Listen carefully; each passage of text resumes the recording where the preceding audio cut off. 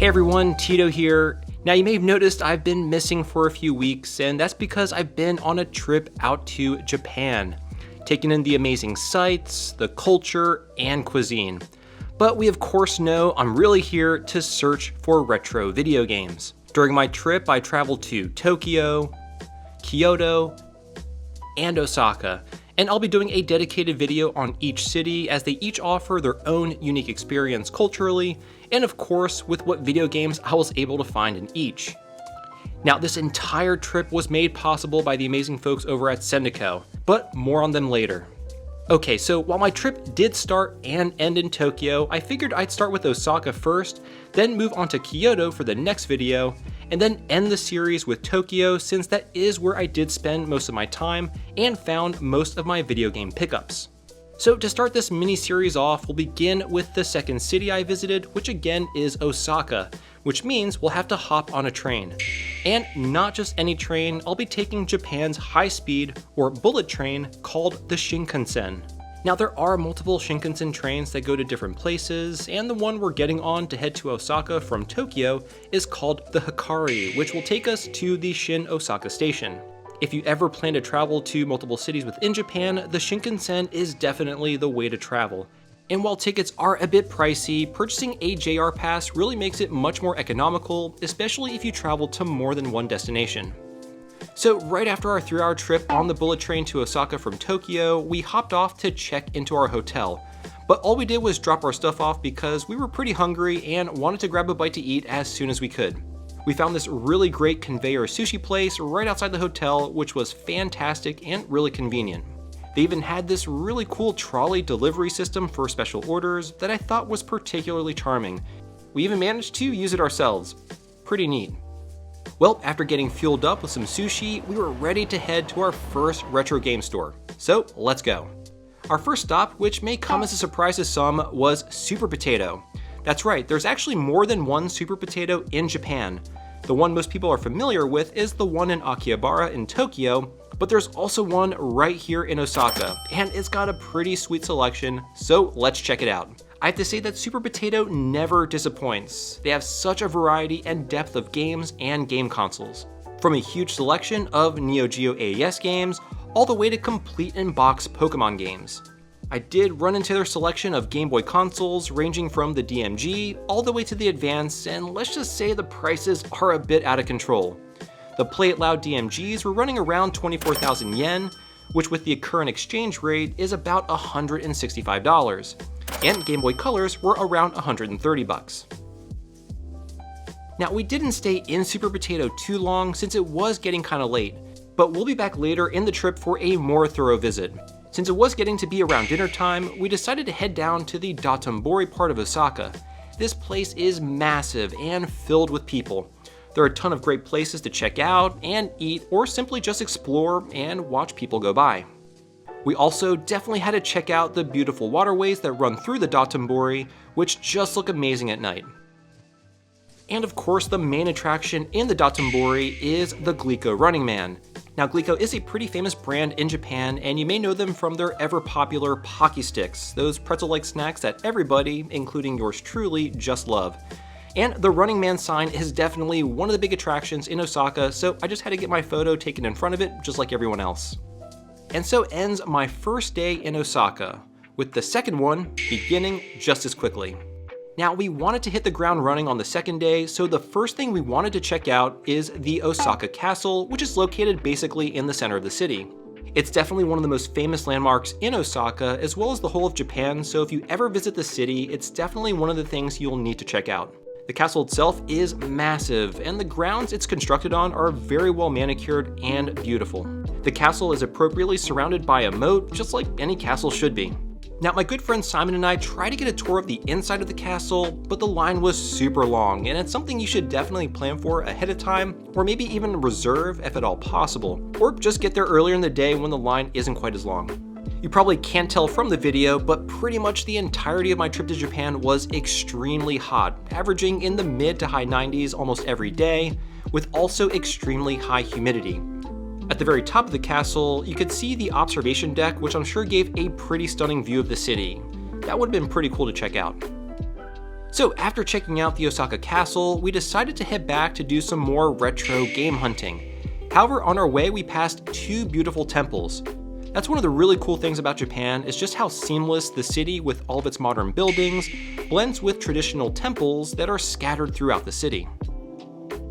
Anyway, now that we found our way back to Super Potato, let's give it a good thorough look to see if we can find any great pickups. So let's head right in.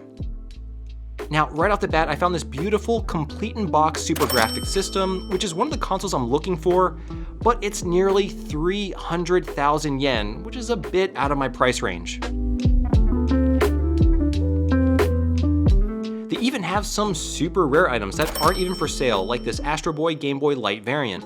It's almost like going to the museum whenever you visit Super Potato with all their rare items, and it's just pretty neat to be able to see all these in one place. They also have this really cool oversized Game Boy kiosk, which I've never seen before. I was tempted to pick up the Japanese copies of Shenmue 1 and 2 as it's my favorite Dreamcast game, but I ended up not pulling the trigger, which I actually regret now because I actually didn't find another copy later on in the trip. I also almost grabbed this Sanyo 3DO. I feel like these are pretty uncommon and I think they look pretty cool. I actually own a Gold Star version of the 3DO, which I love, but this would have been a really cool one to add to the collection too.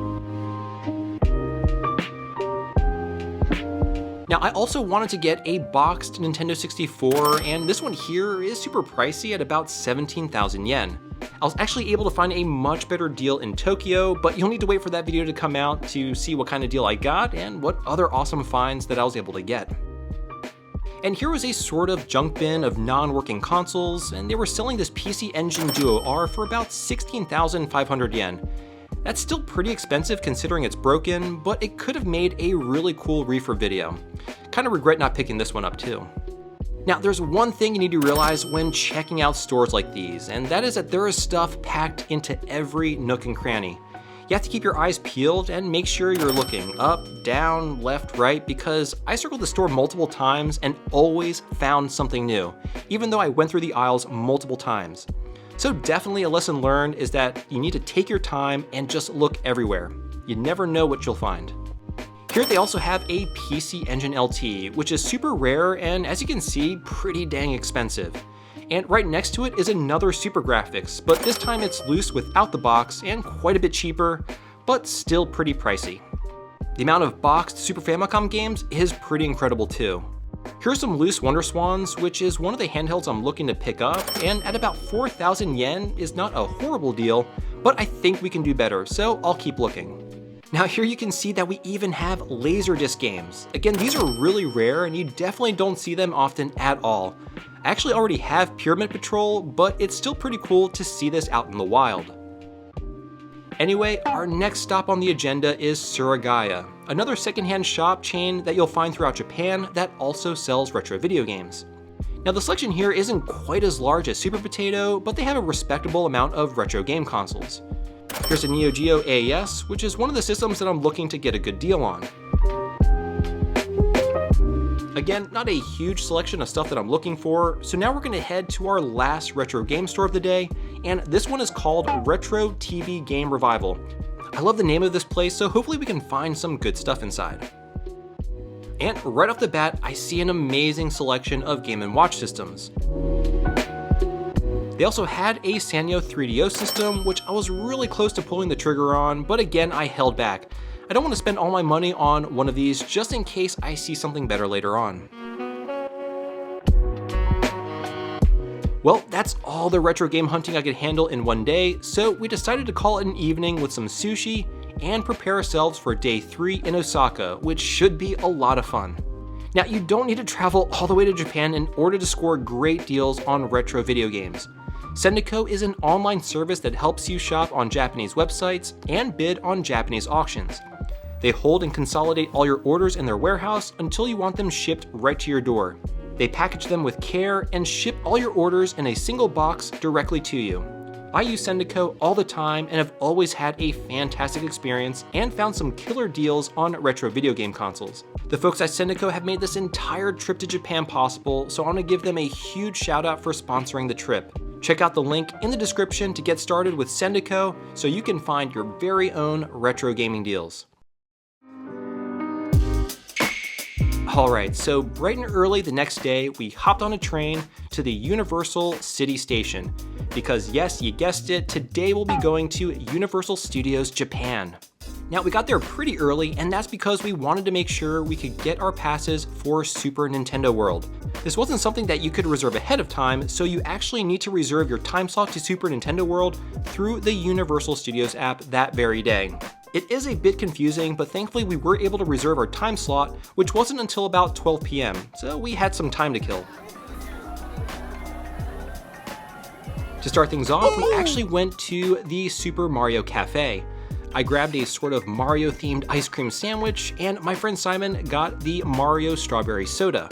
These were definitely very sugary and sweet, but worth getting for the overall theme park experience. Now the park itself is pretty massive and just looked amazing. You could definitely spend several days here. Now there were a ton of rides to do, but as with all theme parks, the lines were pretty long, so we decided to check out the Spider-Man ride, which was about a 1-hour wait, and while that does seem long, it was actually on the shorter side when compared to some of the other rides. Now this ride was in 3D, so you did have to wear glasses, and it was also on rails, so it went on a predetermined path. There were a bunch of interactive elements like flames and mist. Overall, it was a pretty fantastic ride and it definitely exceeded my expectations. Now, pretty much right after getting out of the Spider-Man ride, we were greeted with a parade. I think they do several of these parades throughout the day at predetermined times. And I have to say, they were very cheerful, and I have to give a lot of credit to the performers because, like I mentioned several times before, it was really hot outside, and to be dancing and performing in the heat is no easy task for sure. They all did a fantastic job. And of course, you know they had to have the Mario Kart float, as well as a Pokemon-themed one, so that was pretty cool to see.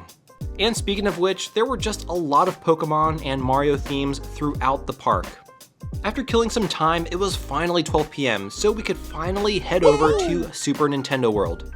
Now, even before entering the Mushroom Kingdom, I bought one of the many themed bracelets, which allows you to interact with all types of things inside the park, such as the brick blocks and the question mark blocks. The bracelet also connects to the app so you can keep track of your score and other various achievements. You definitely need to get one of these if you want to fully enjoy all that Super Nintendo World has to offer, and it's definitely something that Nintendo uses to charge you a bit more for entry, because you know you're definitely going to purchase one of these either for yourself or your kids. Now, one of the cool things is that throughout the park there are these hidden Mario signs, which if you hold your bracelet up to it, they unlock an achievement. This gets recorded to your account, and I bet you can even look up all the locations online somewhere, which I wish I thought of before heading to the park, so maybe I'll do that for next time. They even had interactive games that you could play, like this oversized screen where you had to shoot down Goombas and Koopa Troopas. Anyway, just the overall atmosphere and design of Super Nintendo World is really well executed.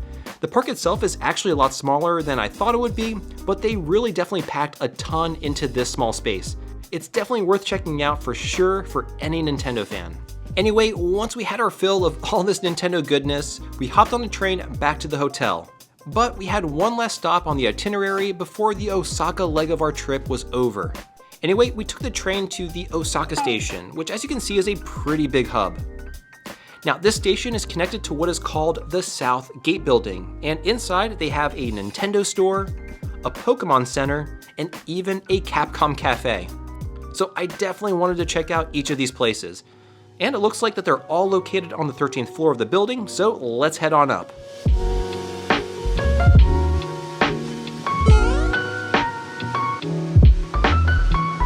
So there's definitely a lot of cool Nintendo stuff to look at, but one of the things that caught my eye are these t-shirts from a company called the King of Gamers.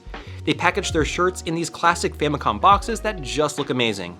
I remember wanting to buy shirts from this company years ago, primarily because I thought the packaging was just so awesome, but I never did because they were definitely on the pricey side. I really love all the classic Nintendo themed merch that they had, like these Famicom and Super Famicom shaped packaging for what I think were notepads or something, but regardless, they were just very cool. And again, these shirts here were packaged in the classic Famicom styled boxes. I really like the design of these boxes a lot. Well done, Nintendo. Now, right next to the Nintendo store was the Pokemon Center. I actually didn't spend too much time here since I felt they really didn't have too much stuff that interested me. And unfortunately, the Capcom Cafe requires you to make a reservation in advance, which we didn't know, so we unfortunately couldn't order any food there. But on the bright side, they did have a small store with some merch, which was interesting to check out. If you're a longtime viewer of the channel, you know that I'm a huge Resident Evil fan, so they had some pretty cool stuff here. Well guys, that pretty much wraps up my stay in Osaka. I hope you found it interesting, and if there were any places you think I should have visited while I was there, let me know down below in the comments. I enjoyed Japan so much that I'm already thinking about my next trip. Anyway, make sure you're subscribed to the channel so you don't miss my next Japan video, which will cover my stay in Kyoto, which should be out in a couple weeks. I also have some great mod videos coming out very soon, so make sure you have that notification bell turned on so you don't miss it. And as always, see you all next time.